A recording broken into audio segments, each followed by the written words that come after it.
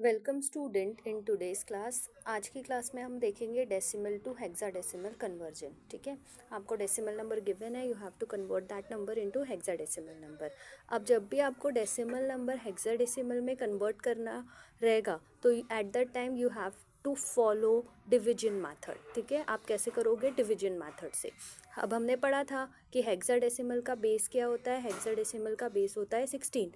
तो आप किससे डिवाइड करोगे? जो भी गिवन नंबर है आपको उसको 16 से डिवाइड करना रहेगा। जैसे 928 इज़ डिवाइड बाय 16। ठीक है, तो 928 को मैं इधर करके दिखा रही हूँ।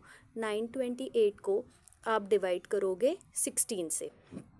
ठीक है, तो 16 5 ज़ा 80, then your remainder is 12. After that this 8, that is 8 times 16, 8 ज़ा 128। ठीक है, अब जब भी हम डिवाइड करते हैं तो दो वैल्यूज़ रहती है, एक क्वेश्चंट एक रिमाइंडर, दोनों हमको याद रखनी है। ठीक है, तो when I divide 928 by 16, what is my answer क्या आ रहा है हमारा?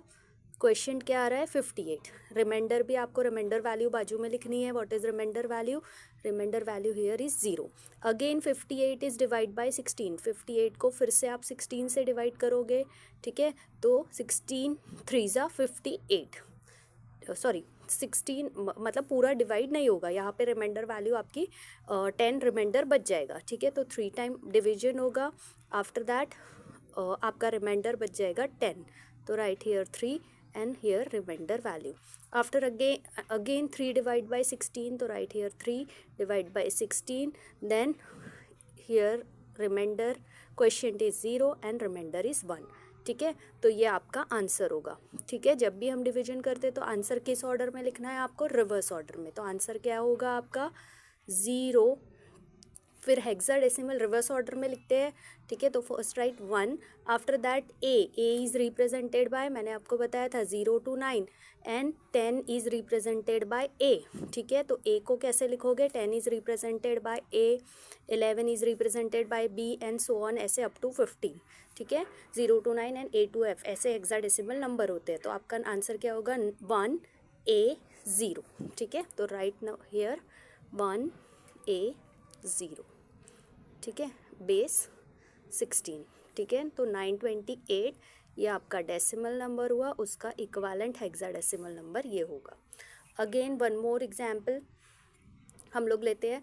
अब मैं एक ले रही हूँ यहाँ पे फ्रैक्शनल वाला एग्जाम्पल। ठीक है, तो फ्रैक्शनल वाला मैं एग्जाम्पल ले रही हूँ 545.789। ठीक है, तो मैंने आपको बताया था कि इसको ऐसे भी लिख सकते हैं हम 545 plus 0.789। This is your integer part and this is your fraction part. ठीक है, तो दो पार्ट्स है इसमें, एक इंटीजर पार्ट है और एक फ्रैक्शन पार्ट है।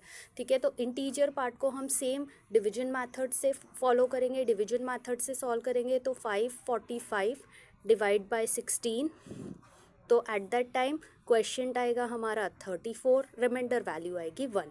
Again 34 is divide by 16, so we get quotient is 2 and remainder value is 2. Again 2 is divided by 16, quotient is 0 and remainder is 2. Okay, now we solve the fraction part. अब fraction part कैसे solve करना है? मैंने बताया था कि जो भी फ्रैक्शन पार्ट रहता है उसको हम मल्टीप्लिकेशन मेथड से फॉलो करते हैं, मल्टीप्लिकेशन मेथड फॉलो करके सॉल्व करते हैं। तो 0.789 मल्टीप्लाई बाई 16। ठीक है, तो आपको 16 से इसको मल्टीप्लाई करना है। You get answer 12.624। ठीक है, अब ये जो बिफोर डेसिमल वैल्यू होती है, डेसिमल के पहले वाली वैल्यू, पॉइंट के पहले वाली वैल्यू, हम उसको लेते हैं एज अ कैरी बिट। तो यहाँ पे कैरी क्या होगा? 12।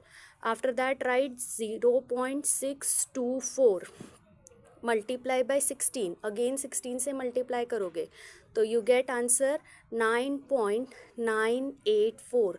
अगेन पॉइंट के पहले वाली वैल्यू एज अ कैरी यहाँ पे लिखेंगे। Then write 0.984 multiply by 16, then you get answer 15.744।